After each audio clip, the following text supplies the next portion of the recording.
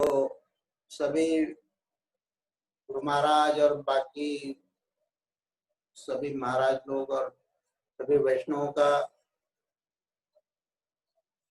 के मुखारविंद से हमको सुनने को मिला। 20 लेक्चर करीब सुनने को मिले थे, उसमें से पता नहीं अभी आपने कितने सुने। तो काफी अच्छा था प्रोग्राम। तो हमने ये पुस्तक गोवर्धन लीला परसों के दिन 5 तारीख को जो नहीं थे उनके लिए ये हरिदास वर्य ग्रुप श्री गोवर्धन ये नया पुस्तक हमने शुरू किया है। वो भी सर्वसाक्षी प्रभु ने लिखा है और अच्छा पुस्तक है। उसका हमने फिर 5 तारीख को जो पढ़ा था उसमें ब्रजभूमि का परिचय, फिर ब्रज की परिभाषा और वृंदावन ब्रज का हृदय, यहाँ तक हमने पढ़ा था। प्रस्तावना पढ़ी थी प्रभु जी की।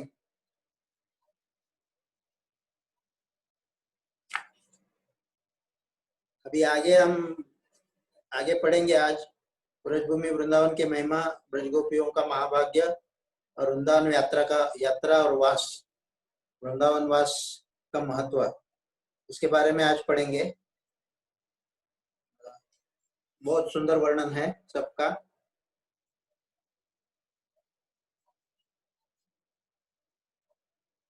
मंगलाचरण गाएंगे। ओम अज्ञानतिमिरन्धस्य ज्ञानाञ्जनशलाकया चक्षुरुन्मीलितं येन तस्मै श्रीगुरुवे नमः। श्रीचैतन्यमनोभीष्टं स्थापितं येन भूतले स्वयं रूप कदा मह्यं ददाति स्वपदान्तिकं।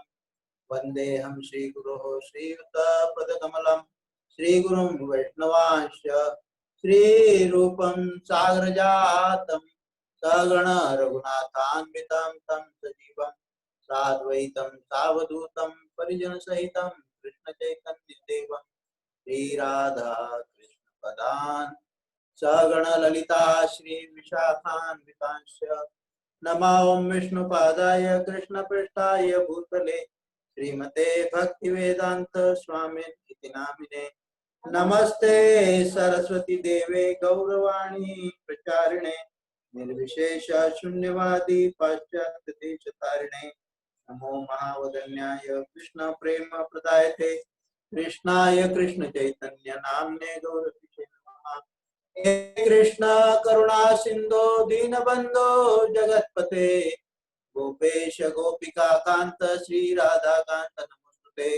तप्त कांचन गौरांगी श्री राधे वृंदावनेश्वरी वृषभानुसुते देवी प्रणमामि हरिप्रिये। महाभाव स्वरूपा त्वं कृष्ण प्रिया वरीयसी प्रेम भक्ति प्रदे देवी राधिके त्वां नमाम्यहम्। भजामि राधाम् अरविंद नेत्रां स्मरामि राधां मधुरस्मितास्यां वदामि राधां करुणाभराधां ततो मन्यासि गतिं कापि। वृन्दाये तुलसी दिव्यै प्रियाये केशवस्य च कृष्ण भक्ति प्रदेवी सत्यवते नमो नमः।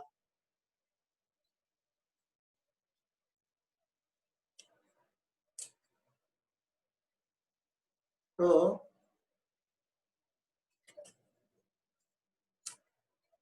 गोवर्धन जी का प्रणाम मंत्र जो है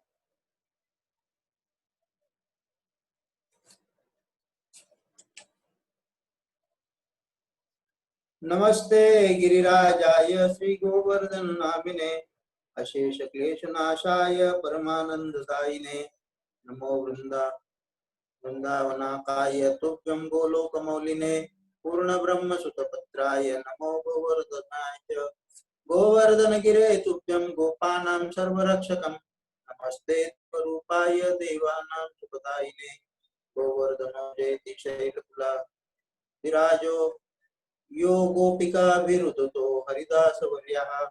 कृष्णेन शङ्खमख भङ्गकृतार्चितो या सप्ताह नश्य करपद्मतले अप्यवाच्य सप्ताहमेव वाच्युत हस्तपङ्कजे भृङ्गायमानं फलमूलं कन्दरैः संसव्यमानं हरिम आत्मवृंदकै गोवर्धनाद्रिशीर्षा नमामि अंतायं त्रिबला अत्रिर्बला हरिदास वर्यो यद्राम कृष्ण चरण स्पर्श प्रमोदः मानं तनोति सहगुण गोगणयोस्तयोर्यत् पानीय सूर्यवसक कंदर कंदमूलैः। ये गोवर्धन पर्वत समस्त भक्तों में सर्वश्रेष्ठ है। सखिया यह पर्वत कृष्ण तथा बलराम के साथ ही साथ उनके गौवे बछड़ों तथा ग्वाल वालों के सभी प्रकार की आवश्यकताओं को पीने का पानी, अति मुलायम घास, गुफाएं, फल फूल तथा तरकारियां की पूर्ति करता है। इस तरह यह पर्वत भगवान का आदर करता है। कृष्ण तथा बलराम के चरण कमलों का स्पर्श पाकर गोवर्धन पर्वत अत्यंत हर्षित प्रतीत होता है। वाञ्छाकल्पतरुभ्यश्च कृपा सिन्धुभ्यैव च पतितानां पावनेभ्यो वैष्णवेभ्यो नमो नमः। जय श्री कृष्ण चैतन्य प्रभु नित्यानंद श्री अद्वैत गदाधर श्रीवासादि गौर भक्तवृंद।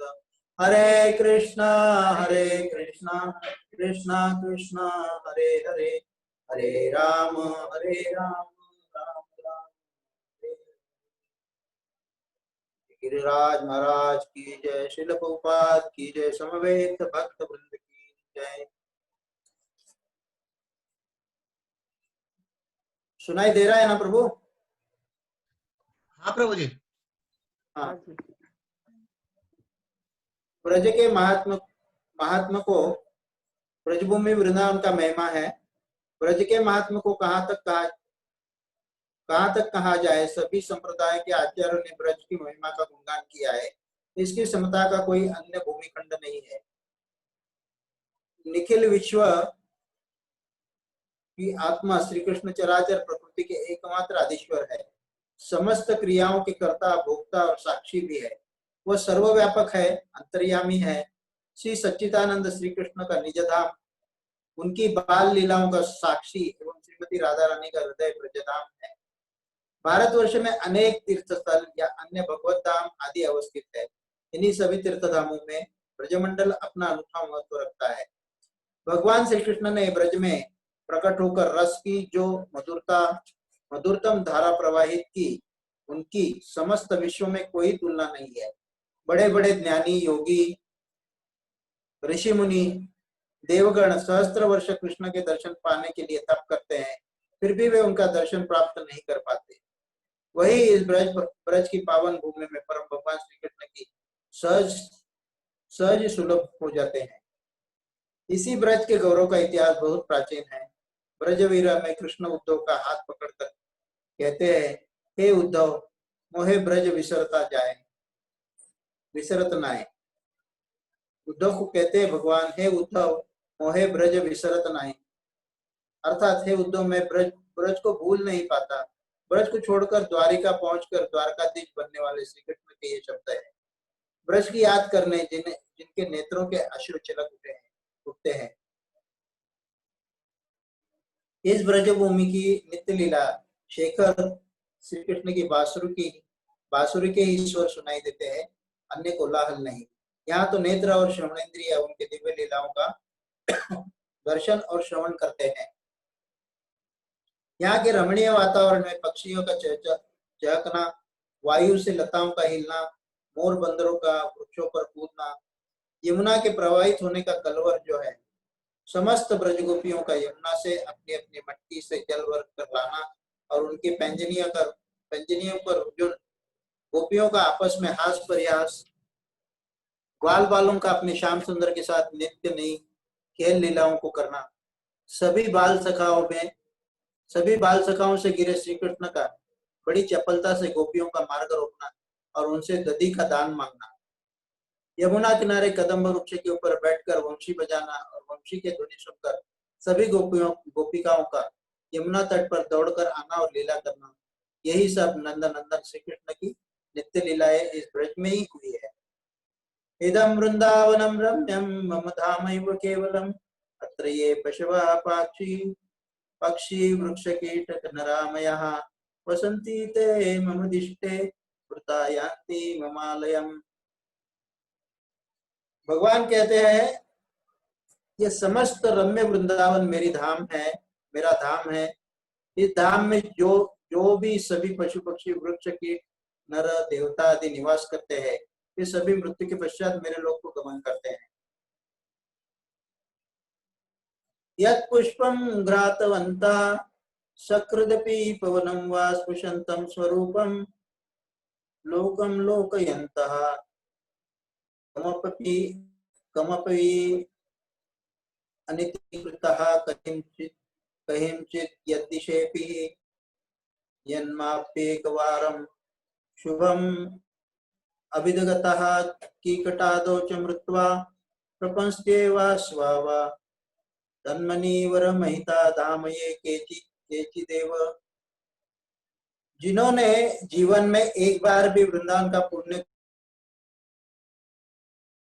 स्पर्श किया है, किसी भी प्राणी का दर्शन अथवा वृंदावन का स्मरण हेतु दंडवत प्रणति की है, अथवा उनसे वृंदावन का मंगल मधुर नाम एक बार भी उच्चारण किया है, वे लोग इस स्थान पर यदि अपना देह त्याग करे तो वे शीघ्र ही श्रेष्ठ मुनियों के भी वंदनीय हो जाते हैं।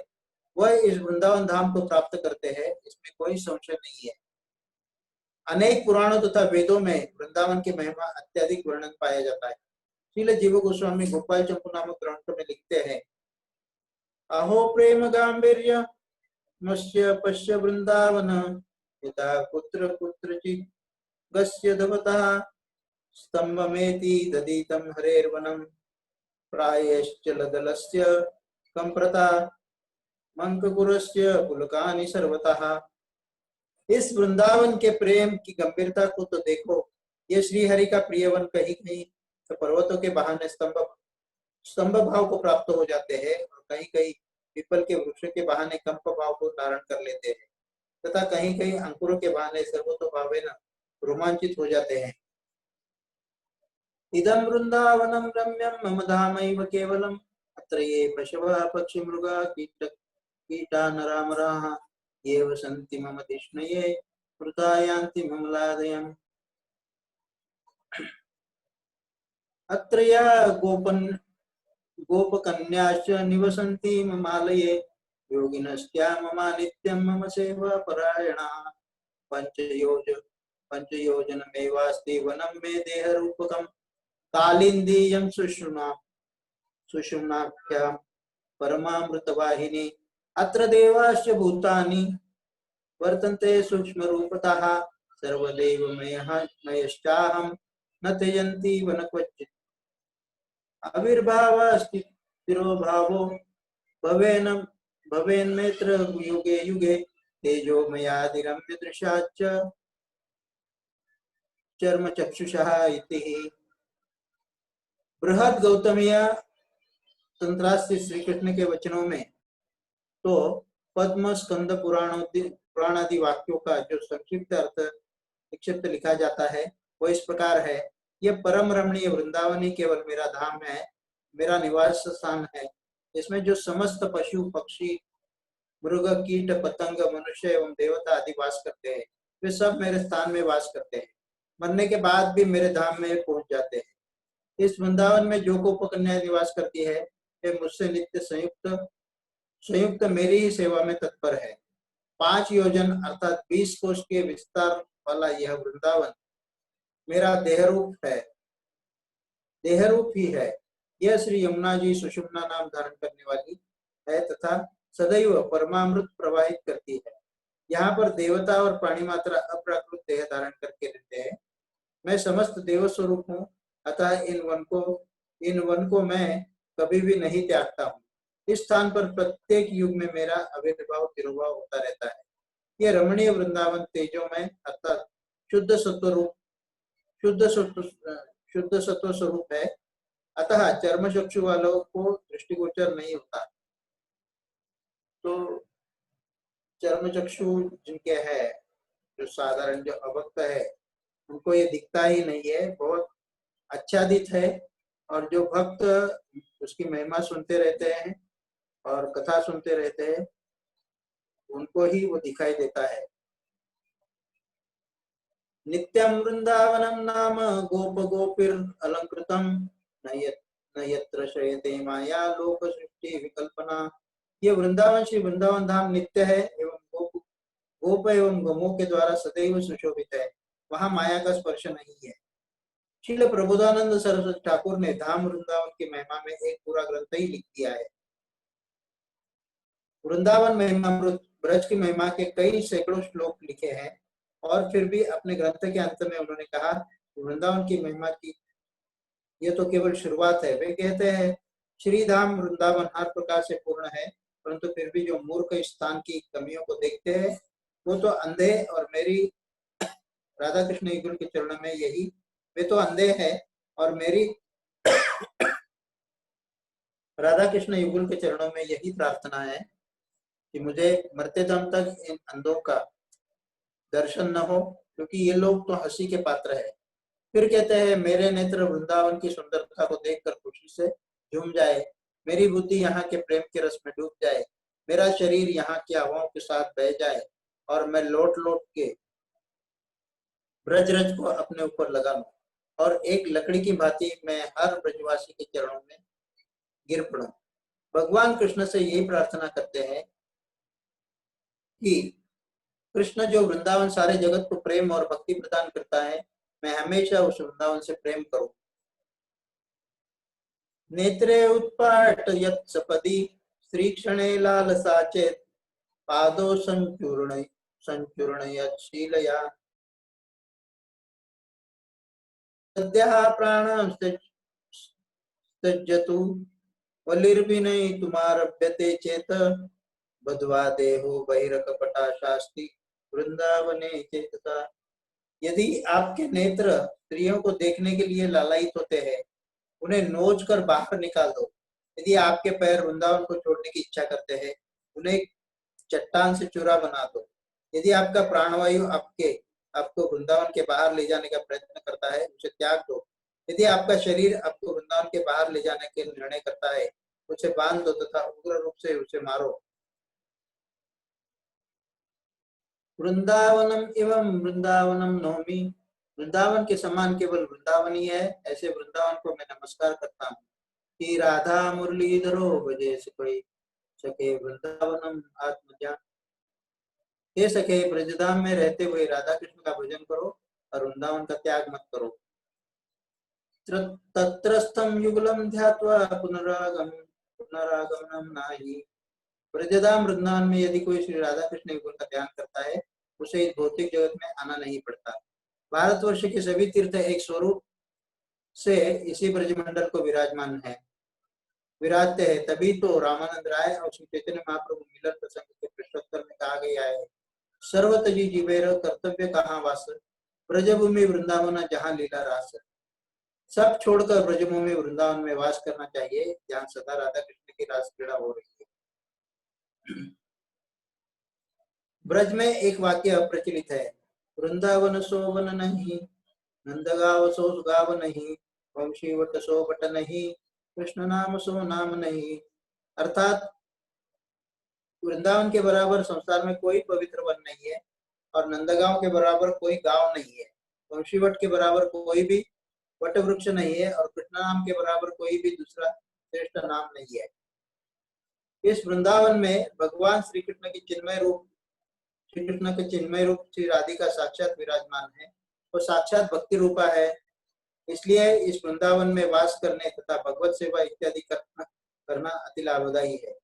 ग्रंथ शिरोमणि श्रीमद् भागवत में सर्वत्र ही श्री वृंदावन की प्रचुर महिमा का वर्णन प्राप्त होता है। नंद महाराज के ज्येष्ठ भ्राता श्री उपनंदन ही कहते हैं, वनम वृंदावनम नाम पश्यव्यम नव काननम पुण्याद्रि तृण विरुद्धम तत्राद्यैव यास्यामः शकटा अन्युगोक्तमाचिरं गोवन्याय व्रतो यान्तुं भवतां यदि रोचते।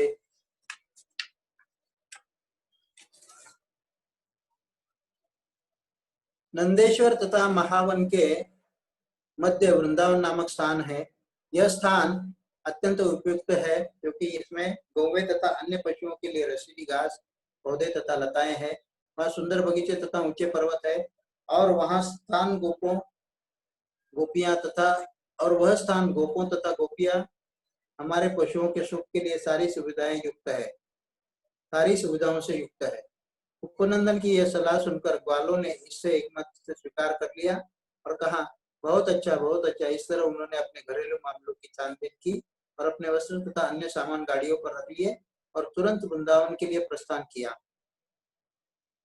वृंदावन संप्रविश्य सर्वकाल सुखावहम तत्र च पूर्वजावासं शकटे अर्धचंद्रवत् वृंदावन गोवर्धन यमुना पुलिनानि च वीक्षास्यात् वृत्तम् आप्रीति राम माधव माधवयोर्नृपः। इस तरह वे वृंदावन में प्रविष्ट हुए, जहाँ सभी ऋतुओं में रहना सुहावना लगता है। उन्होंने अपनी बैलगाड़ियों से अर्धचंद्राकार अर्धवृत्त बनाकर अपने रहने के लिए अस्थायी निवास बना लिए।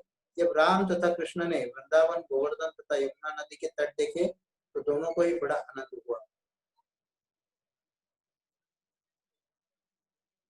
श्रीधाम वृंदावन की महिमा का वर्णन करते हुए वेणुगीत में लिखा है, वृंदावनम सखी भुवो वितनोति कीर्तिः यद्देवकी सुतपद अम्बुजलब्ध यद्देवकी सुत अम्बुजलब्धि लक्ष्मी गोविंद वेणु मनु मत्तम मयूर नृत्यम प्रेक्षादेशानुपरता अन्यासम सत्सत्वम। हे सखी, देवकी पुत्र कृष्ण के चरण कमलों का कोष पाकर वृंदावन पृथ्वी की कीर्ति फैला रहा है। जब मोर गोविंद की वंशी सुनते हैं तो वे मस्त होकर नाचने लगते हैं, और जब अन्य प्राणी उनके पर्वत की चोटी से इस तरह नाचते हुए देखते हैं तो स्तब्ध हो जाते हैं। स्वयं सुखदेव गोस्वामी जी परम पुलकित होकर वृंदावन की पुनः पुनः प्रशंसा करते हैं।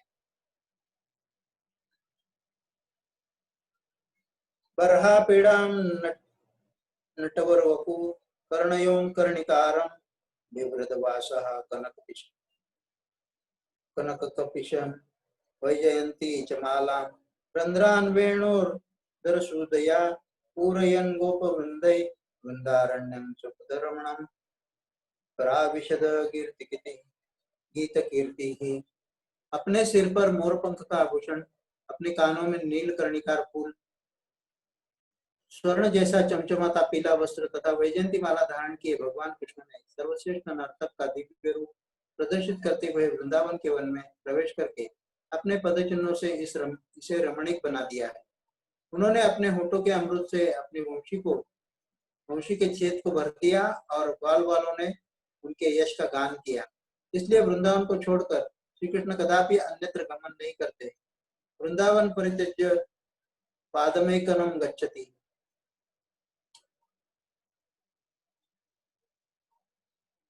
वृंदावनम परित्यज्य पादमेकनम गच्छति। तो वृंदावन से बाहर कभी भी भगवान जाते नहीं है। भगवान श्री कृष्ण कभी भी अपने अपने चरण रखते नहीं है वृंदावन के बाहर। एक बार नंद महाराज ने अपने भ्राता उपनंद से पूछा, हे गोपेश्वर, किसने पहले पृथ्वी का मानभंग करने के लिए यह ब्रजमंडल पहले दिखलाया था, ये मुझे बताइए। तब उपनंद कहा, इस वाराह कल्प में पहले परम भगवान ने वराह रूप धारण करके अपनी दाढ़ पर उठाकर रसातला से पृथ्वी का उद्धार किया था। उस समय वराह भगवान की बड़ी शोभा हुई थी। जल में जाते हुए भगवान वराह से पृथ्वी ने कहा, धरो उवाच, पृथ्वी माता कहती है, देवपुत्र स्थले त्वं वै स्थानं मे करिष्यामि जलपूर्ण जगत सर्वं दृश्यते वद हे प्रभु। पृथ्वी ने पूछा, सारा विश्व पानी से भरा दिखाई देता है, अतः बताइए आप किस स्थल पर मेरी स्थापना करने वाले हो। वराह भगवान ने उसके ऊपर जवाब दिया, वराह उवाच, यदा वृक्षाः प्रदुषैः भवन्त्युद्वेगता जले तदा ते स्थापना भूयात् पश्यन्ति गच्छ गुरुहान्। भगवान वराह बोले, जब वृक्ष दिखाई देने लगे और जल में उद्वेग का भाव प्रकट हो, तब उसी स्थान पर तुम्हारी स्थापना होगी, तुम वृक्षों को देखते चलो। धरो उवाच स्थावराणां तु रचना ममोरपि समास्थिता अन्यास्ति किं वा धरणी त्वं हम धारणामयी। पृथ्वी ने कहा, भगवान स्थावर वस्तुओं की रचना तो मेरे ऊपर ही हुई है, क्या कोई दूसरी भी धरणी है? धारणामयी धरणी तो केवल मैं ही हूँ। तो पृथ्वी माता के स्थावर वस्तुएं हैं, जो भी अचल वस्तुएं है, उसकी स्थापना तो मेरे ऊपर ही हुई है और मैं ही केवल धारणामयी हूँ। तो और भी कोई धरणी है क्या? ऐसे भगवान को पूछती है पृथ्वी माता। देव कस्मिन् स्थले वृक्षा सन्ति एते सपल्लवा।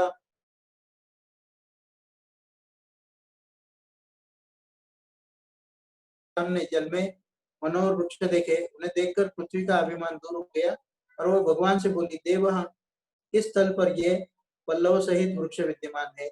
यह दृश्य मेरे मन में बड़ा आश्चर्य पैदा कर रहा है। हे यज्ञपते, हे प्रभु, इसका रहस्य बताइए। तो वराह भगवान बोलते हैं, वराह उवाच माथुरम मंडलम दिव्यम दृश्यते अग्नि नितंपिनी गोलोक भूमि संयुक्तम प्रलये अपि न संवृतम। भगवान वराह बोले हैं, नितंबिनी, ये सामने दिव्य माधुर मंडल दिखाई देता है जो गोलोक की धरती से जुड़ा हुआ है। प्रलय काल में भी इसका संहार नहीं होता। तो भगवान ये शाश्वत है, इसका हमें आश्वासित करते हैं कि ये वृंदावन धाम जो है वो शाश्वत है और प्रलय काल में भी इसका संहार नहीं होता। सनंदम उवाच तच्छ्रुत्वा विस्मित पृथ्वी गतमाना बभूवः तस्मानंद महाबाहा प्रजोयम सर्वतोऽधिकम् श्रुत्वैवं व्रजमाहात्म्यं जीवन्मुक्तो भवेन्नरः तीर्थराजात् परं विद्धि माथुरं व्रजमंडलः। तो सनंद ने कहा, यह सुनकर पृथ्वी को बड़ा विस्मय हुआ, वह अभिमान शून्य हो गई। अतः हे महाबाहु नंद, यह व्रजमंडल समस्त लोगों से अधिक महत्वशाली है। व्रज का यह महात्म्य सुनकर मनुष्य जीवन मुक्त हो जाता है। तुम मधुर व्रजमंडल को तीर्थराज प्रयाग से भी उत्कृष्ट समझो। तो ये तीर्थराज प्रयाग जो है, त्रिवेणी संगम है, उससे भी उसे उत्कृष्ट समझो, ऐसा सनंद कहते हैं। ब्रजगोपियों का महाभाग्य। रसरूप भगवान कृष्ण की वृंदावन लीला अत्यंत मधुरतम है, जिसमें शांत, दास्य, वात्सल्य और माधुर्य इन सभी रसों का पूर्णतम प्रकाश है। श्री चैतन्य महाप्रभु कहते हैं, रम्य का सिद्ध उपासना ब्रजवधूवरगेन का कल्पिता। हमारी आराधना की विधि जो है वह है ब्रज की गोपिकाओं ने प्रदान की है, यह स्वयं उदाहरण से प्रस्तुत की है। ऐसी महाभाग्य गोप रमणीय श्रीमती राधा रानी की काव्यहु रूपा है और सदैव श्री राधा रानी के चरण सेवा में निमग्न रहती है। इसी कारण से श्रीमद् भागवत उनकी महिमा का गान करता है। यहाँ ब्रजराज के कहलाए जाने वाले कृष्ण को मनोहारी अद्भुत लीलाएं करते देखकर स्वयं ब्रह्मा जी को भी शंका उत्पन्न हुई, यह कैसा भगवत अवतार है। अंत में वे भी हार मानकर गोपिकाओं के महाभाग्य का वर्णन करते हैं। अहोति धन्या व्रज घोरमण्या स्तनयामृतं पीतम अतिवते मुदा यासां विभो वत्सत रात्मजात्मनः यत्तृप्तये यद्यपि च न चाल मधुरः।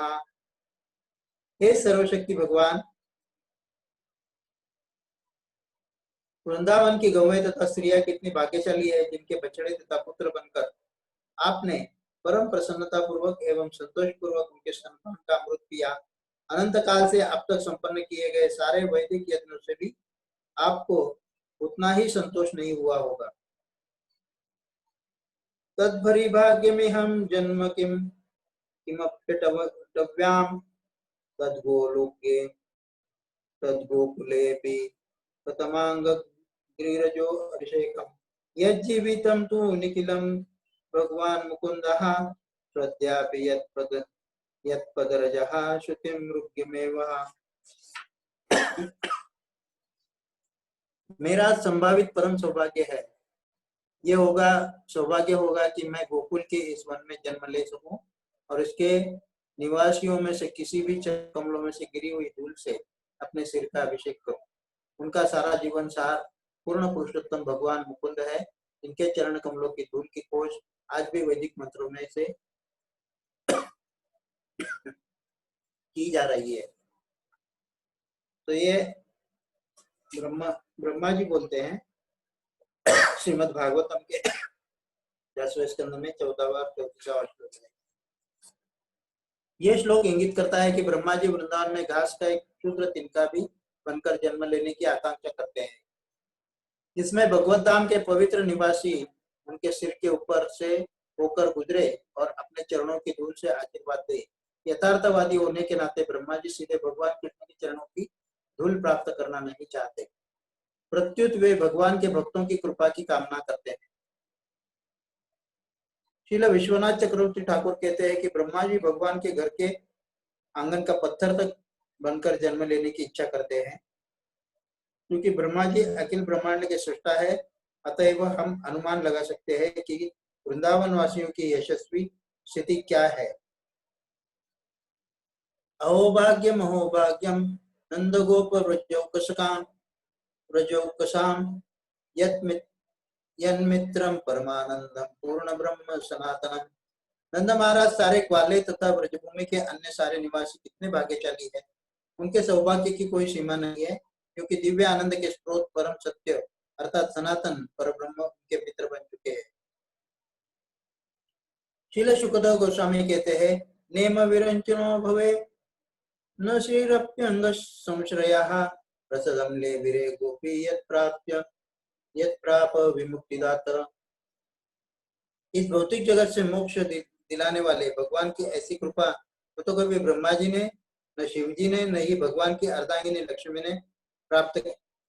लक्ष्मी ही प्राप्त कर सकती है, जैसे माता यशोदा ने प्राप्त की है।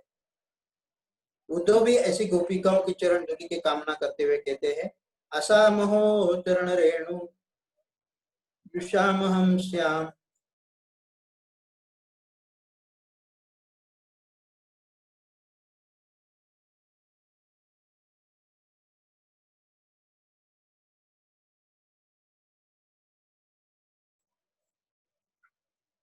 वृंदावन की गोपियों ने अपने पतियों, पुत्रों तथा अन्य परिवार वालों के साथ त्याग त्याग दिया है। वृंदावन की गोपियों ने अपने पतियों, पुत्रों तथा अन्य परिवार वालों का साथ त्याग दिया है, जिनको त्याग पाना अति कठिन होता है। उन्होंने मुकुंद कृष्ण के चरण कमलों की शरण पाने के लिए सतीत्व मार्ग का परित्याग कर दिया है, जिसे वैदिक ज्ञान द्वारा खोजा जाता है। मैं वृंदावन की इन झाड़ियों, लताओं तथा जड़ी बूटियों में से कोई एक भी होने का सौभाग्य प्राप्त करता हूँ, क्योंकि गोपियां उन्हें अपने चरणों से रोनती है और अपने चरण कमलों की धूल से उन्हें आशीर्वाद देती है। या वै श्रिया अर्चित मजादिभिराप्त कामई योगेश्वर स्वरैरपि यदात्मनि रासगोष्ठ्यां कृष्णस्य तद्भगवतः चरणारविंदम न्यस्तं स्तनेषु बिजुः परिरभ्यतापम। स्वयं लक्ष्मी जी तथा ब्रह्मा एवं अन्य सारे देवता जो योग सिद्ध के स्वामी हैं, भगवान कृष्ण के चरण कमलों की पूजा अपने मन के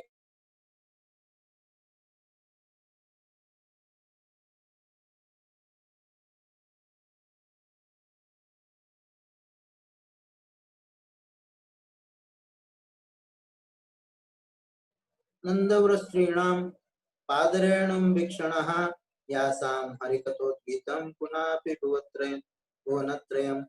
मैं नंद महाराज के गोपग्राम की स्त्रियों की चरण रज की बारंबार वंदना करता हूँ। जब ये गोपियां श्री कृष्ण के यश का जोर जोर से कीर्तन करती है, तो वह ध्वनि तीनों लोगों को पवित्र कर देती है।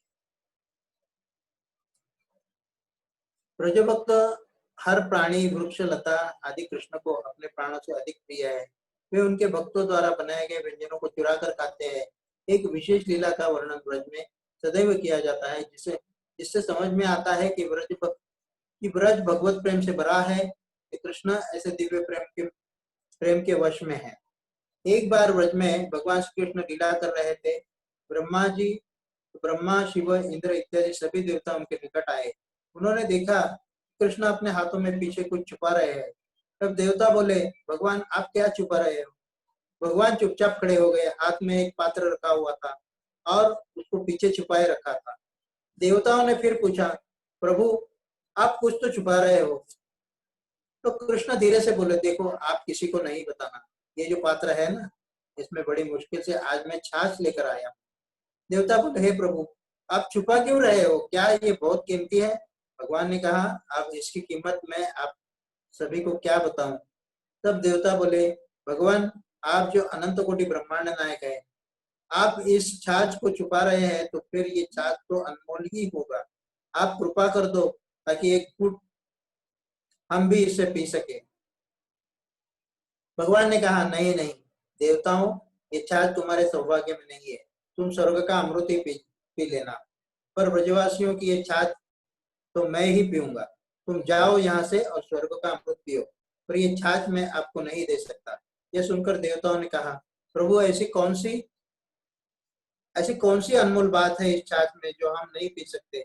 आप कह रहे हो कि हम अमृत पिए, तो क्या ये छाछ अमृत से भी बढ़कर है?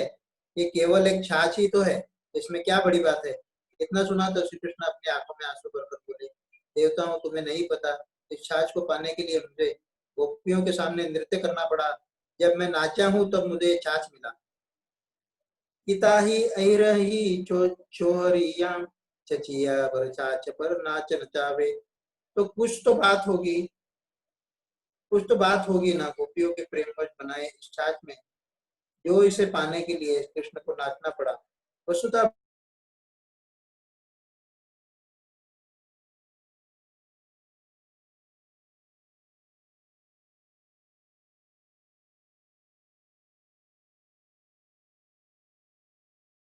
वृंदावन यात्रा करना और वृंदावन का वास, ये बहुत ही महत्वपूर्ण है। अक्रूर जी की वृंदावन यात्रा बहुत आदर्श है। वृंदावन यात्रा का विचार रखने वाले को अक्रूर जी के आदर्श पदचिन्हों का अनुसरण करना चाहिए एवं सदैव श्री कृष्ण की गतिविधियों पर, लीलाओं का चिंतन करना चाहिए। जैसे ही कोई वृंदावन की सीमा पर पहुंचता है, उसे अपने भौतिक पद या प्रतिष्ठा का विचार किए बिना तत्काल वृंदावन की पावन रज को अपने देह पर आलेपन करना चाहिए। 500 वर्ष पूर्व श्री चैतन्य महाप्रभु ने जगदानंद पंडित को आदेश दिया था, आप वृंदावन में थोड़े ही समय तक रहना, मैं फिर जितना जल्दी हो सके लौट आना। हाँ, और आप गोपाल अर्चन विग्रह का दर्शन करने के लिए गोवर्धन पर्वत पर मत चढ़ना। श्रील भक्ति विनोद ठाकुर ने अपने अमृत प्रवाह भाष्य में परामर्श दिया है कि वृंदावन में दीर्घकाल रहने से अपने आप को बचना चाहिए, क्योंकि कहावत है, मां न घटे नित घर के जाए। यदि कोई अनेक दिनों तक वृंदावन में रह जाता है तो वह वहां के निवासियों का उचित आदर नहीं कर पाता। इसलिए जिन्होंने कृष्ण के प्रति रागानुराग प्रेम उत्पन्न नहीं किया है, उन्हें दीर्घकाल तक वृंदावन में नहीं रहना चाहिए। अच्छा हो कि वे अल्पकालिक यात्रा करें। यह तीर्थ इस प्रकार स्थित है कि यदि कोई वहां जाए तो स्वतः पवित्र हो जाता है। वृंदावन के लिए तो यह विशेष रूप से सत्य है। वहां कोई भी व्यक्ति जा सकता है, और यदि वह पापी भी है तो वहां तुरंत उसे आध्यात्मिक जीवन का वातावरण अनुभव होने लगता है और वह स्वतः कृष्ण तथा राधा के नामों का जप करने लगता है। सर्वत्याजी जीवेर कर्तव्य कहाँ वास, ब्रजभूमि वृंदावन यहाँ लीला रास। श्री चैतन्य महाप्रभु ने रामानंद राय से पूछा, जीव को अन्य सारे स्थान त्याग कर कहाँ रहना चाहिए? रामानंद राय ने उत्तर दिया, उसे वृंदावन या ब्रजभूमि नामक पवित्र स्थान में रहना चाहिए।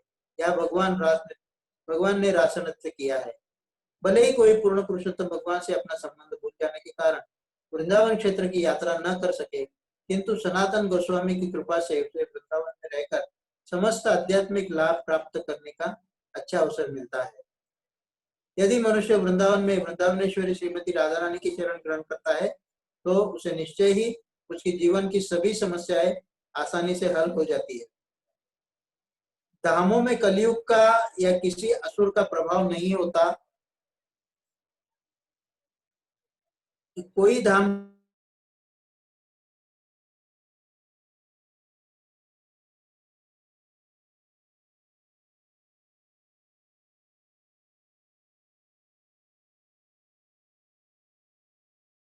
कर्मों का फल प्राप्त कर सकता है। अगर कोई ये सोचता है कि मैं वृंदावन में जाकर वहां रहूंगा और जन्म और मृत्यु के चक्र से मुक्त हो जाऊंगा, अन्य तीर्थ स्थानों पर मुक्ति प्राप्त करना एक महान परिणाम है और श्री हरि की भक्ति में सेवा इसके लिए मुक्त आत्मा की भी प्रार्थना कर सकते हैं। मथुरा में एक दिन का वास भी श्री हरि की भक्ति प्रदान करता है। श्रील रूप गोस्वामी वृंदावन के विषय में कहते हैं, वृंदावन पूर्ण आनंद से भरा हुआ है। यह बड़े से बड़े पापों और पीड़ाओं को नष्ट कर देता है। यहाँ का केवल वास ही मुक्ति प्रदान करने वाला है। वैदिक साहित्य में भी यह कहा गया है कि कैसी विचित्र बात है कि मथुरा में एक दिन का वास भी करने से मनुष्य को भगवान के प्रति दिव्य प्रेम उत्पन्न हो जाता है। यह मथुरा भूमि अवश्य की वैकुंठ धाम से अधिक गरियसी है। यदि कोई वृंदावन में इंद्रिय तृप्ति के लिए या आजीविका के कमाने के लिए जाता है, वह अपराध है और वो दोषी भी है। जो कोई ऐसा करता है उसे अगले जीवन में वृंदावन धाम में कुत्ता या बंदर बनकर दंड मिलता है। ऐसे शरीर पाकर वह अपराधी अगले जीवन में मुक्त हो जाता है। भक्ति सिद्धांत सरस्वती ठाकुर टिप्पणी करते हैं कि वृंदावन में इंद्रिय तृप्ति का भोग लेने के लिए वास करना निश्चित रूप से उस तथाकथित भक्त को निम्न योनियों में ले जाएगा। श्री रूप गोस्वामी ने बताया कि 5 प्रकार की भक्ति कार्य मथुरावास, भगवान के अर्चा विग्रह की पूजा, श्रीमद् भागवत का पठन, भक्त की सेवा तथा हरे कृष्ण मंत्र का कीर्तन, ये कितने प्रबल है। इनमें से किसी भी एक के साथ थोड़े से अनुराग से नवदीक्षित में भी भक्तिभाव विकसित हो जाता है। हरे कृष्णा कृष्णा कृष्णा हरे हरे, हरे राम राम राम हरे हरे। वस्तुतः यदि कोई वृंदावन जाता है तो तुरंत ही उसे कृष्ण का वियोग सताने लगता है।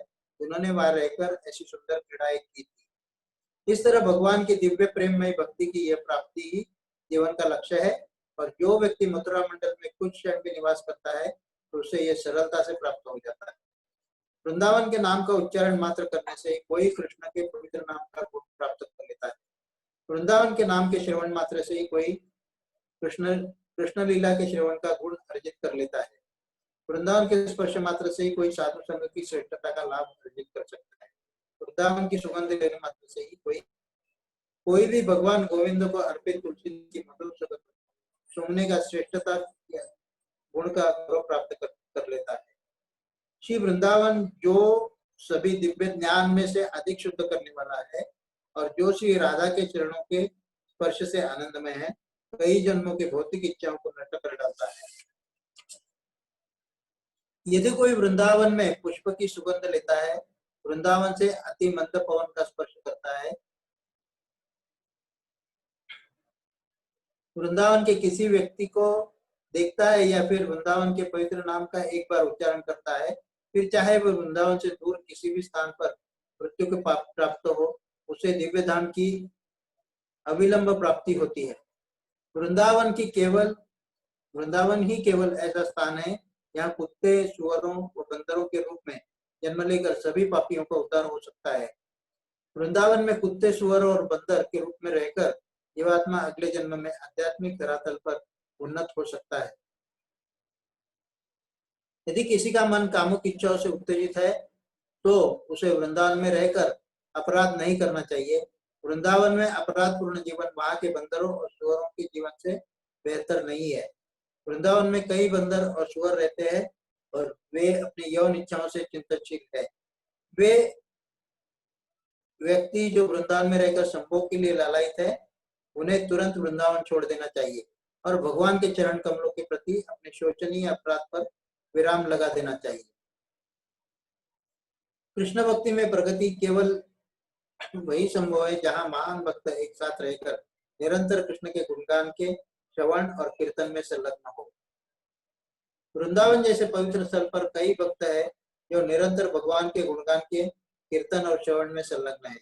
यदि कोई ऐसे स्थान पर शुद्ध भक्तों से श्रवण का अवसर प्राप्त करता है और उन शुद्ध भक्तों के श्रीमुख से दिव्य अमृत के प्रभाव को निरंतर ग्रहण करता है तो वो कृष्ण भावना अमृत में उसकी प्रगति अत्यंत सरल हो जाती है। वृंदावन में कई बड़े विद्वान और साधु पुरुष वास करते हैं। तो सभी को ऐसे पवित्र स्थानों पर केवल स्नान करने नहीं जाना चाहिए। उसे इतना बुद्धिमान तो होना चाहिए कि यह आध्यात्मिक दृष्टि से उन्नत किसी व्यक्ति की तलाश करे और उनसे उपदेश लेकर उसका लाभ उठाए। भगवान के पवित्र नाम के उच्चारण, धाम अपराध जो है उसके बारे में बताया है। भगवान के पवित्र नाम के उच्चारण, कृष्ण देव के विग्रह की सेवा और कृष्ण के पवित्र वृंदावन धाम में आने या वास करने में कोई अपराध निषिद्ध है। अर्चना पद्धति, अर्चा विग्रह की पूजा में अधिकृत नियमावली में कृष्ण के पवित्र धाम में 10 अपराध सूचित किए गए हैं।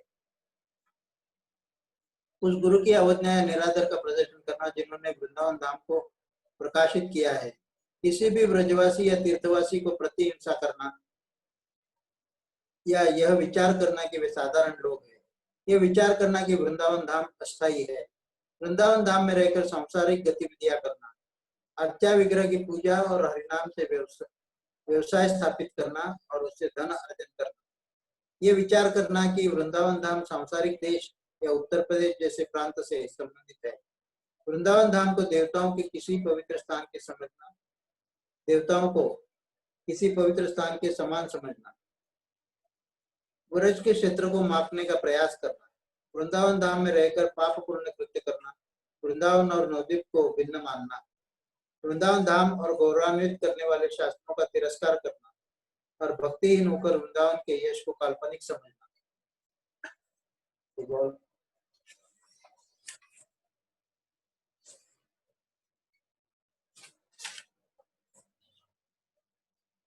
गिरिराज महाराज की जय। श्री गोवर्धन का प्राकट्य एवं महिमा। श्री कृष्ण के हृदय से गोवर्धन जी का प्राकट्य हुआ है। गिरिराजों का भी राजा गोवर्धन पर्वत श्रीहरि के वक्षस्थल से प्रकट हुआ और पुलस्त्य मुनि के तेज से इस ब्रजमंडल में उसका शुभागमन हुआ है और उसके दर्शन से मनुष्य का फिर इस लोक में पुनर्जन्म नहीं होता। गर्ग संहिता में वर्णन आता है कि एक बार राजा बहुलाश्व नारद मुनि से पूछते हैं कि हे नारद मुनि, महान आश्चर्य की बात है, गोवर्धन साक्षात पर्वतों का राजा है एवं श्री कृष्ण को बहुत प्रिय है। उसके समान दूसरा तीर्थ न तो इस भूतल पर है और न ही स्वर्ग में। अतः आप ये बताइए कि यह गिरिराज श्री कृष्ण के वक्षस्थल से कब प्रकट हुआ। यह सुनकर श्री नारद जी ने कहा, हे राजन, गोलोक के प्राकट्य का वृत्तांत सुनो। तुम्हारा यह प्रश्न परम भगवान की आदि लीला से संबंधित है और मनुष्य को धर्म, अर्थ, काम तथा मोक्ष चारों पुरुषार्थ प्रदान कराने वाला है।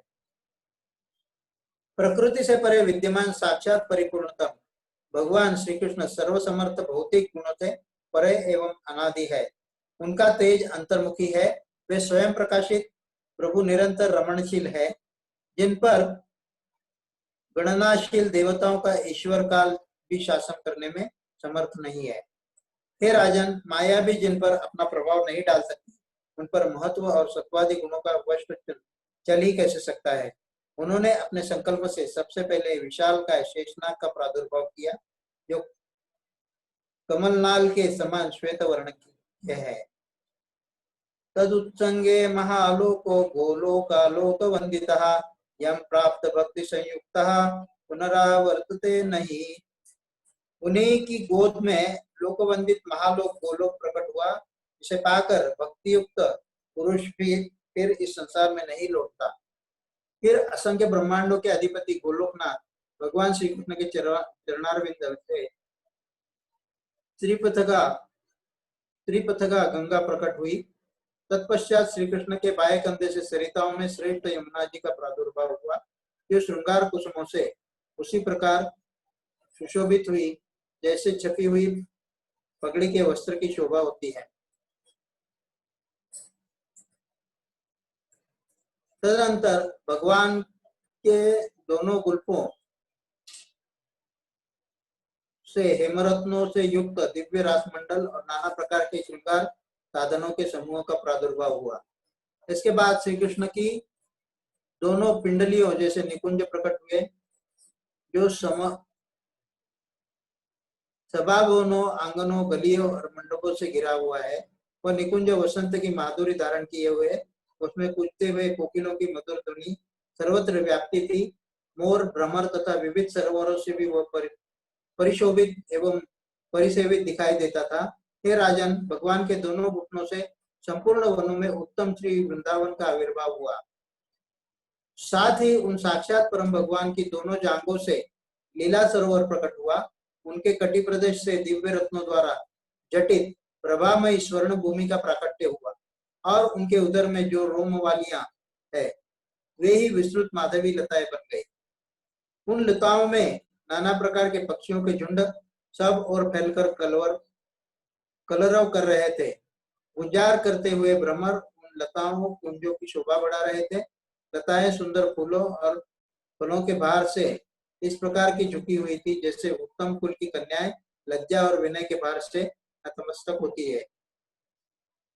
भगवान के नाभि कमल से सहस्त्र कमल प्रकट हुए जो हरिलोक के सरोवर में इधर उधर सुशोभित होते हैं। भगवान के त्रिबली प्रांत से मंदगामी और अत्यंत शीतल समीर प्रकट हुआ और उनके गले की हसूली से मथुरा तथा द्वारका इन दो पुरियों का प्रादुर्भाव हुआ। दोनों भुजाओं से श्री दामा आदि 8 पार्षद उत्तम हुए। श्रीदामा आदि 8 पार्षद उत्तम हुए। कलाइयों से नंद और कराग्रभा से उपनंद प्रकट हुए। श्री कृष्ण की भुजाओं से समस्त वृषभानु और गौमों तथा धर्म धुरंधर वृषभों का प्राकट्य हुआ। उनकी बुद्धि से घास और झाड़ियां प्रकट हुई। भगवान के बाएं कंधे से एक परम कांतिमान गौर तेज प्रकट हुआ जिससे लीला श्रीदेवी, भूदेवी, विरजा तथा अन्य हरिप्रियाएं आविर्भूत हुई। भगवान की प्रियतमा जो श्री राधा है उनकी तो दूसरे लोग लीलावती लीला के नाम से भी जानते हैं। श्री राधा की दोनों भुजाओं से विशाखा और ललिता इन दो सखियों का आविर्भाव हुआ। दूसरी दूसरी दूसरी जो सहचारी गोपियां है वे सब राधा के रूप से प्रकट हुई। इस प्रकार मधुसूदन ने गोलोक की रचना की है। हे राजन, इस तरह अपने संपूर्ण लोक की रचना करके असंख्य ब्रह्मांडों के अधिपति भगवान श्री कृष्ण वहां श्री राधा के साथ सुशोभित है। उन गोलोक में एक दिन सुंदर रासमंडल में जहां बजते हुए नुपुरों का मधुर शब्द गूंज रहा था, जहां का आंगन सुंदर छत्र में लगी हुई मुक्ताफली लड़ियों में अमृत की वर्षा होती थी और उसके कारण से रस की बड़ी बड़ी बूंदों से सुशोभित थी, जो मालती के चंदों से स्वतः झरते हुए मकरंद और गंध से समरस सरस एवं सुवासित था, जहाँ मृदंग, तालध्वनि और वंशीनाद सब और व्याप्त था, जो मधुर कंठ से गाए गए गीत आदि के कारण परम मनोहर प्रतीत होता था तथा सुंदरियों के रास रस के परिपूर्ण एवं परम मनोरथ उसके मध्य भाग में स्थित कोटि मनोज मोहन हृदय वल्लभ से श्री राधा ने रसदान कुशल कटाक्षपात करके गंभीर वाणी में कहा कि राधे उवाच यदि रासे प्रसन्न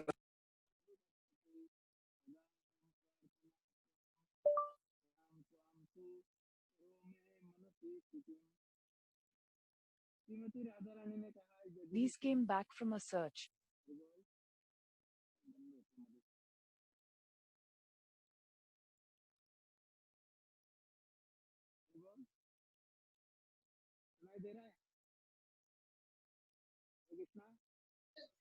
हरे कृष्णा प्रभु, आपका आवाज नहीं आ रहा है। हरे कृष्णा प्रभु, आवाज नहीं आ रहा है।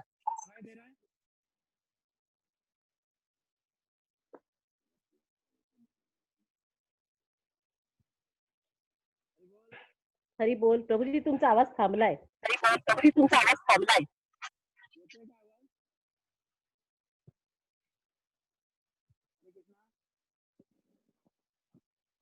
बिलकुल येत नाहीये.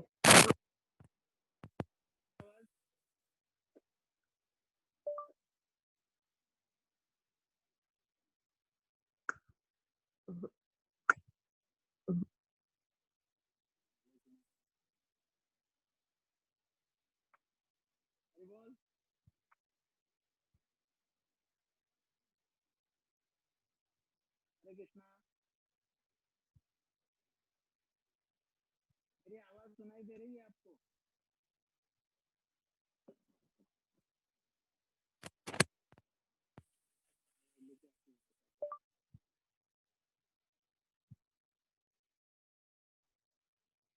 बोल।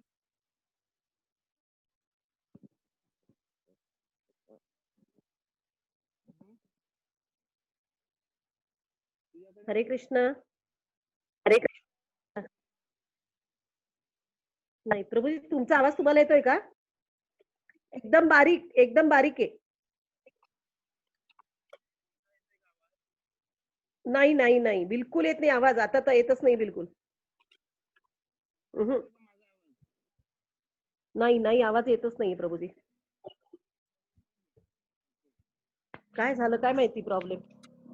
आमचा आवाज येतोय तुम्हाला? नाही येते आवाज.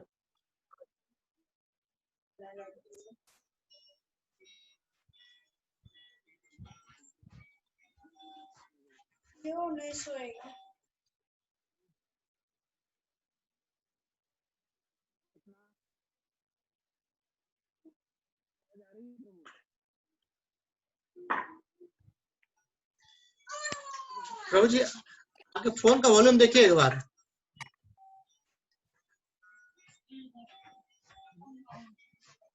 आवाज नहीं आ रहा आपका एकदम भी.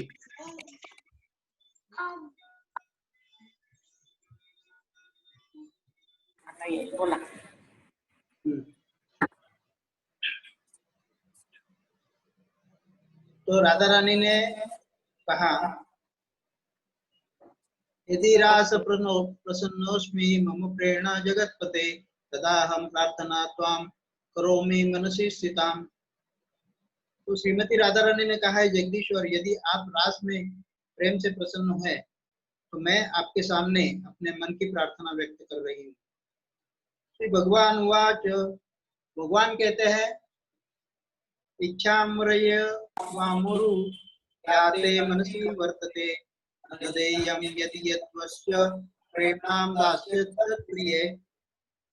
श्री भगवान ने कहा हे प्रिय हे वामुरु तुम्हारे मन में जो इच्छा है वह मुझसे मांग लो. तुम्हारे प्रेम के कारण मैं तुम्हें अदेय वस्तु भी दे दूंगा. तो राधा रानी कहती हैं राधा रानी का एक नाम है वामुरु जो वामांगी है भगवान की दाई ओर जो स्थित है. श्री भगवान ने कहा हे प्रिय हे वामुरु तुम्हारे मन में जो इच्छा है वह मुझसे मांग लो. तुम्हारे प्रेम के कारण मैं तुम्हें यह अदेय वस्तु भी प्रदान करूंगा. श्री राधवाच वृंदावने दिव्यम निकुंजम पार्श्वे कृष्ण तटे रासरसाय योग्यम रहस्थलम त्वं कुरुतात्मम अनोज्ञम मनोरथयम मम देव देव. कि राधा ने कहा वृंदावन में यमुना तट पर दिव्य कुंड के पार्श्वभाग में आप रासरस योग्य कोई एकांत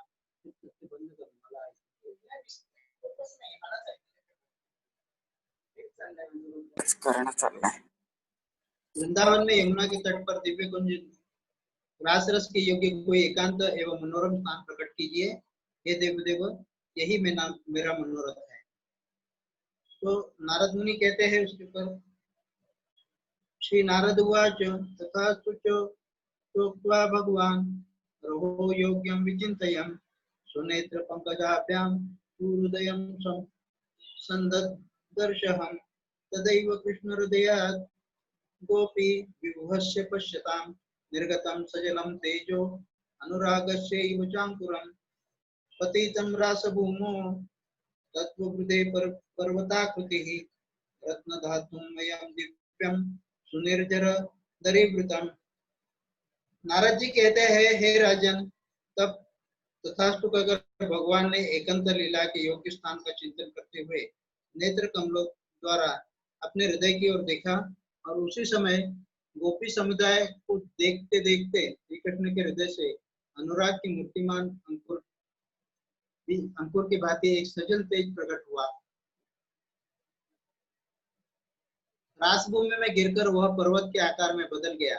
वो सारा का सारा दिव्य पर्वत रत्न धातु में था। सुंदर झरनों और कंदराओं से भी उसकी बड़ी शोभा थी। तो गिरिराज महाराज की जय। तो ऐसे भगवान के हृदय से गिरिराज जी का प्राकट्य हुआ और कदम्ब, बकुल, अशोक आदि वृक्ष तथा लता जाल उसे और भी मनोहर बना रहे थे। मंदार और कुंद वृंद से संपन्न उस पर्वत पर भांति अलग अलग पक्षी कलरव कर रहे थे। एक ही क्षण में वह पर्वत 1,00,000 योजन विस्तृत और शेष की तरह 100 कोटि योजन लंबा हो गया। उसकी ऊंचाई 50 करोड़ योजन की हो गई थी। 50 कोटि योजना में फैला हुआ वो पर्वत सदा के लिए गजराज के समान शीत दिखाई देने लगा। उसके कोटि योजना विशाल सैकड़ों शिखर दीप्तिमान होने लगे। उन शिखरों से गोवर्धन पर्वत की उसी प्रकार सुशोभित हुआ मानो सुवर्णमय उन्नत कलशों से कोई ऊंचा महल शोभा पा रहा हो। कोई विद्वान उस गिरि को गोवर्धन और दूसरे लोग शतशृंग कहते हैं। इतना विशाल होने पर भी वह पर्वत मन से उत्सुक सा होकर बढ़ने लगा। इससे गोलोक भय से विवल हो गया और वहां सब और कोलाहल मच गया। तो ये गिरिराज गोवर्धन का प्राकट्य इस प्रकार हुआ था और वो इस प्रकार इस गति से बढ़ने लगा जैसे मन की गति होती है अपने मन की। अपना मन कहीं भी भटक जाता है, उसी प्रकार मन की गति से उसका वो बढ़ने लगा और इससे गोलोक भय से विवल हो गया और वहां सब और कोलाहल मच गया। तो गोलोक से इधर आकर वो विवल हो गया कि मैं ये कहाँ आ गया हूँ और सभी और कोलाहल मच गया। यह देखकर श्री कृष्ण उठे और अपने हाथ से शीघ्र ही उसे ताड़ना दी और बोले, अरे प्रचंड रूप से बढ़ता क्यों जा रहा है? तो संपूर्ण लोगों को आच्छादित करके स्थित हो गया। क्या ये लोग यहाँ निवास करना नहीं चाहते? ऐसा कहकर श्री कृष्ण ने उसे शांत किया और उसका बढ़ना रोक दिया। तो इस प्रकार से सभी तरफ बढ़ रहा था। सभी वो पूरा एरिया कवर कर लिया था कि भगवान कह रहे थे कि यहाँ दूसरे लोगों को रहने के लिए कुछ जगह रखना है कि नहीं। तो ये सुनकर उसने अपना जो विस्तार था वो रोक दिया। उस उत्तम पर्वत को प्रकट हुआ देखकर भगवत प्रिया श्री राधा बहुत प्रसन्न हुई। वे उनके एकांत स्थल में श्री हरि के साथ सुशोभित होने के लगी। इस प्रकार ये गिरिराज साक्षात श्री कृष्ण के हृदय स्थल से इस ब्रजमंडल में आए। यह सर्व तीर्थमय है। दत्ता कुंजों से भगवान कृष्ण की आभा धारण करने वाला यह श्रेष्ठ गिरि भगवान कृष्ण और देवताओं का प्रिय है। गर्ग संहिता में वर्णन आता है कि एक बार नंद महाराज ने अपने भ्राता से पूछा, हे महाप्राज्ञ सनंदन जी, आप सर्वज्ञ हैं और बहुश्रुत है। आप अब गोवर्धन नाम से प्रसिद्ध जो पर्वत है उसकी उत्पत्ति कैसे हुई ये मुझे बताइए। इस गिरिश्रेष्ठ गोवर्धन को लोग गिरिराज क्यों कहते हैं? क्योंकि आप ज्ञानियों के शिरोमणि हैं। सनंदन ने कहा, एक समय की बात है, हस्तिनापुर में महाराज पांडु ने धर्मधारियों में श्रेष्ठ श्री विष्णु जी से ऐसा प्रश्न किया था। उनके उस प्रश्न को और भीष्म जी द्वारा दिए गए उत्तर को अन्य बहुत से लोग भी सुन रहे थे। उस समय भीष्म ने जो उत्तर दिया वही मैं यहाँ सुना रहा हूँ। परिपूर्णतमा साक्षी श्री कृष्ण भगवान स्वयं असंख्य ब्रह्मांड पतिर्गोलोके अधिपति ही प्रभु भो भारावताराय गच्छन् देवो जनार्दनः राधां प्राह प्रिय वीरु गच्छत्वं विभूतले। साक्षात परिपूर्णतम भगवान श्री कृष्ण जो असंख्य ब्रह्मांडों के अधिपति गोलोक के नाथ और सब कुछ करने में समर्थ है, जब पृथ्वी का भार इस भूतल पर पधारने लगे तब उन जनार्दन देव ने अपनी प्राणवल्लभा श्री राधे से कहा, प्रिय तुम मेरे वियोग से भयभीत रहती हो, अतः हे वीरु तुम भी भूतल पर चलो। राधे उवाच यत्र वृंदावनं नास्ति न यत्र यमुना नदी यत्र गोवर्धनो नास्ति तत्र मे न मनस्सुखम्। श्रीमती राधा रानी ने कहा, है प्राणनाथ, जहाँ ये वृंदावन नहीं है, जहाँ यमुना नहीं है और जहाँ गोवर्धन पर्वत नहीं है, वहाँ मेरे मन को सुख नहीं मिल सकता। सनंदन उवाच वेदनागक्रोश भूमिं स्वधाम्नः श्रीहरि स्वयं गोवर्धनं च यमुनां प्रेषयामास भूपरि वेदनागक्रोश भूमिः सापि चात्र समागतः चतुर्विंशद्वै नयुक्ता सर्वलोकैश्च वंदितः। सनंदन कहते हैं, हे नंद, श्री राधा की यह बात सुनकर स्वयं परम भगवान ने अपने धाम से 84 कोष विस्तृत भूमि गोवर्धन पर्वत और यमुना नदी को भूतल पर भेजा।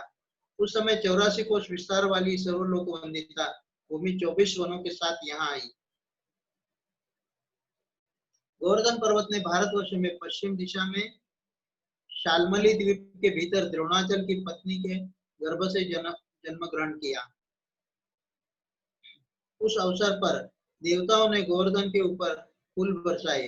हिमालय और सुमेरु आदि समस्त पर्वत ने वहां आकर प्रणाम और परिक्रमा करके गोवर्धन का विधिवत पूजन किया।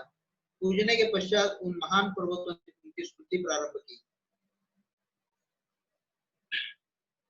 तम साक्षात् कृष्णचंद्रस्य परिपूर्णतमस्य च गोलोके गोगणयुक्ते गोपी गोपाल संयुते त्वं हि गोवर्धनो नाम वृन्दारण्ये विराजसे तन्नो गिरिणां सर्वेषां गिरिराजोऽसि साम्प्रताम् नमो वृन्दावनामकाय तुभ्यं गोलोकमौलिने पूर्ण ब्रह्म शतपत्राय नमो गोवर्धनाय च।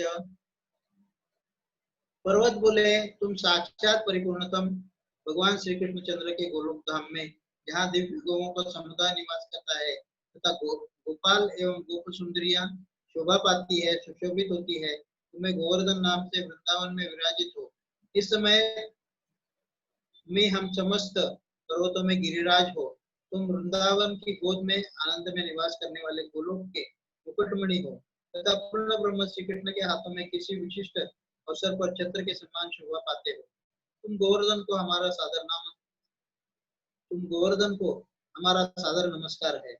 तब सनंदन ने कहा, हे नंदराज, जब इस प्रकार की स्तुति करके सब पर्वत अपने अपने स्थान पर चले गए, तभी से यहाँ गिरिश्रेष्ठ गोवर्धन साक्षात गिरिराज कहलाने लगे। एक समय पुलस्त्य मुनि तीर्थ यात्रा के लिए भूतल पर भ्रमण करने लगे। उन महामुनि ने द्रोणाचल के पुत्र शामवर्ण वाले गोवर्धन पर्वत को देखा, जिसके ऊपर माधवी लता के सुमन सुशोभित थे। वहां के वृक्ष फलों के भार से लदे हुए थे। निर्जरों के झरझर शब्द वहां गूंज रहे थे। उस पर्वत पर बड़ी शांति विराजित थी। अपने कंदराओं के कारण वह मंगल का धाम जान पड़ता था। सैकड़ों शिखरों से सुशोभित व रत्नमय मनोहर शैल पर्वत तपस्या करने के लिए उपयुक्त स्थान था। विविध रंग की चित्र विचित्र धातुएं उस पर्वत के अवयवों में विचित्र शोभा का आदान करती थी। उसकी भूमि चढ़ाव से युक्त थी और वहां नाना प्रकार के पक्षी सब और व्याप्त थे। मृग और बंदर आदि पशुओं चारों ओर फैले हुए थे। मयूरों की केका ध्वनि से मंडित गोवर्धन पर्वत मुमुक्षुओं के लिए मोक्षप्रद प्रतीत होता था। मुनिवर पुलस्त्य के मन में उस पर्वत को प्राप्त करने की इच्छा हुई। इसके लिए वे द्रोणाचल के समीप गए। द्रोणगिरि ने उनका पूजन तथा स्वागत सत्कार किया। इसके बाद पुलस्त्य जी ने उस पर्वत से कहा, हे द्रोण, तुम पर्वतों के स्वामी हो। समस्त देवता तुम्हारे समादर करते हैं। तुम दिव्य औषधियों से संपन्न हो और मनुष्य को सदा जीवन देने वाले हो। मैं काशी तुम अपने पुत्र गोवर्धन मुझे दे दो। यहाँ अन्य वस्तुओं से मेरा कोई प्रयोजन नहीं है।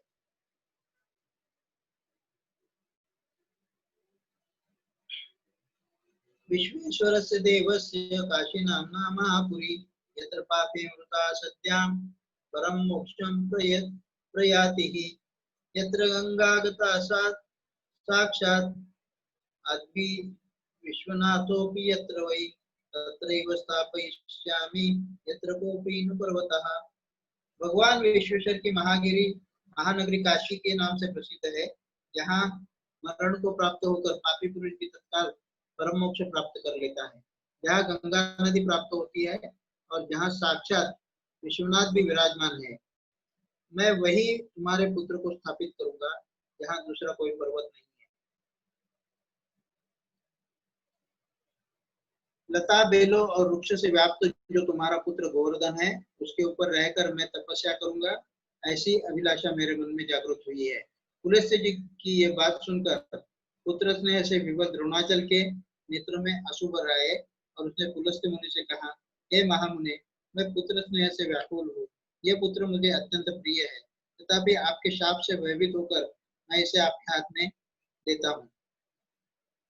फिर द्रोणाचल अपने पुत्र से बोले, हे पुत्र गोवर्धन, तुम मुनि के साथ कल्याणमय भारतवर्ष में जाओ। वहां मनुष्य सत्कर्मों द्वारा धर्म, अर्थ और काम त्रिवर्ग का सुख प्राप्त करते हैं तथा क्षण भर में मोक्ष भी पा लेते हैं। गोवर्धन ने कहा, हे मुने, मेरा शरीर 8 योजन लंबा है, 2 योजन ऊंचा और 5 योजन चौड़ा है। ऐसी दशा में मैं आप किस प्रकार से मुझे ले चलेंगे? पुलस्त्य जी बोले, बेटा, तुम मेरे हाथ पर बैठकर सुखपूर्वक चलो। जब तक काशी नहीं आ जाती तब तक मैं तुम्हें हाथ पर ही लेकर चलूंगा। गोवर्धन उवाच, मुने यत्र स्थले भूम्यां स्थापनां मे करिष्यामि च उत्थानं तद्भूमि।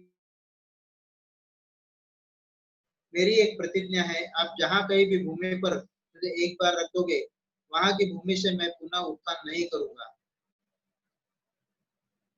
पुलस्त्य जी बोले, मैं इस शाल्मली द्वीप से लेकर भारतवर्ष में कोमल देश तक तुम्हें कहीं भी रास्ते में नहीं रखूंगा, यह मेरी प्रतिज्ञा है। तदनंतर वह महान पर्वत पिता को प्रणाम करके मुनि की हथेली पर आरूढ़ हुआ और उस समय उसके नेत्रों में आंसू भर आए। उसे दाहिने हाथ पर रखकर पुलस्त्य मुनि लोगों को अपना तेज दिखाते हुए धीरे धीरे चले और व्रजमंडल में आ पहुंचे। जाति स्मरो गिरिस्तत्र प्राहे दंपति चिंतयन परिपूर्णतमः साक्षात् श्री कृष्णो भगवान स्वयं। असंख्य ब्रह्मांडर्पतिर्बीजे तत्र अवतार शिष्यति बाललीलां च कैशोरी शेषं गोपबालकैः दानलीलां मानलीलां हरिरत्र करिष्यसि तस्मान्मया न गन्तव्यं भूमिश्चेयं कलिन्दजः गोलोकधराय सार्धं श्रीकृष्णोऽत्र गमिष्यति कृष्णकृत्यो भविष्यामि कृत्वा तद्दर्शनं परम्। एवं विचार्य मनसा भूरिं वारं ददौ करैः तदा मुनिश्चं श्रान्तो भूतभूतपूर्वं गतस्मृतिः करादुत्तार्य तं शैलं निधाय ब्रजमण्डले लघुशङ्काज हि गतो भूद्वार कर पीड़िता। गोवर्धन पर्वत को अपने पूर्व जन्म की बातों का स्मरण था। ब्रज में आने पर उसने मार्ग में मन ही मन में सोचा, यहाँ ब्रज में असंख्य ब्रह्मांड नायक साक्षात परिपूर्णतम भगवान श्री कृष्ण अवतार लेंगे और ग्वाल वालों के साथ बाल लीला तथा किशोरों के साथ लीला करेंगे। इतना ही नहीं, वे श्रीहरि यहाँ दान लीला और मान लीला करेंगे। अतः मुझे यहाँ से अन्यत्र नहीं जाना चाहिए। यह ब्रजभूमि और यह यमुना नदी गोलोक से यहाँ आई है। श्री राधा के साथ भगवान श्री कृष्ण का यहाँ शुभागमन होगा। उनका उत्तम दर्शन पाकर मैं कृतकृत्य हो जाऊंगा। मन ही मन ऐसा विचार करके गोवर्धन ने मुनि के हथेली पर से अपना शरीर भार बहुत अधिक बढ़ा लिया। उस समय मुनि अत्यंत थक गए। उन्हें पहले की कही हुई बात याद नहीं रही। उन्होंने पर्वत को हाथ से उतारकर ब्रजमंडल में रख दिया और भार से पीड़ित तो थे ही और लघुशंका से निवृत्त होने के लिए चले गए। शौच क्रिया करके जल में स्नान करके पश्चात पुलस्त्य मुनि उत्तम पर्वत गोवर्धन से कहा, अब उठो। अधिक भार से संपन्न होने के कारण जब वह दोनों हाथ से नहीं उठा तब महामुनि पुलस्त्य ने उसे अपने तेज और बल से उठाने के लिए उपक्रम किया। मुनि ने स्नेह से भीगी वाणी द्वारा गिरिराज को ग्रहण करने का संपूर्ण शक्ति से प्रयास किया, किंतु कोई एक अंगुली से भी टस से मस नहीं हुआ। गच्छ गच्छ गिरि श्रेष्ठम भारम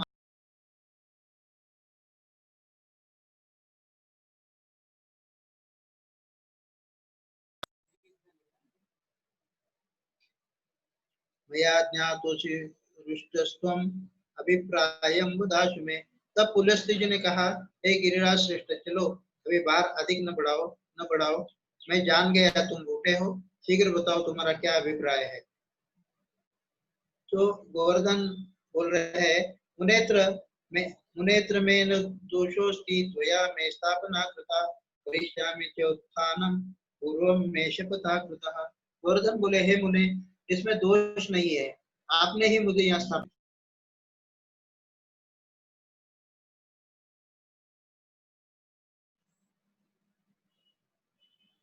कैसे प्रकट कर दी थी। तो इस प्रकार गोवर्धन वहां से उठे नहीं और पुलस्त्य मुनि से कहे, मैंने पहले ही प्रतिज्ञा की थी कि मैं एक बार रख दिया तो उसी जगह पर स्थापित हो जाऊंगा, और इस प्रकार गोवर्धन वहीं पर स्थापित हो गए। और आज हम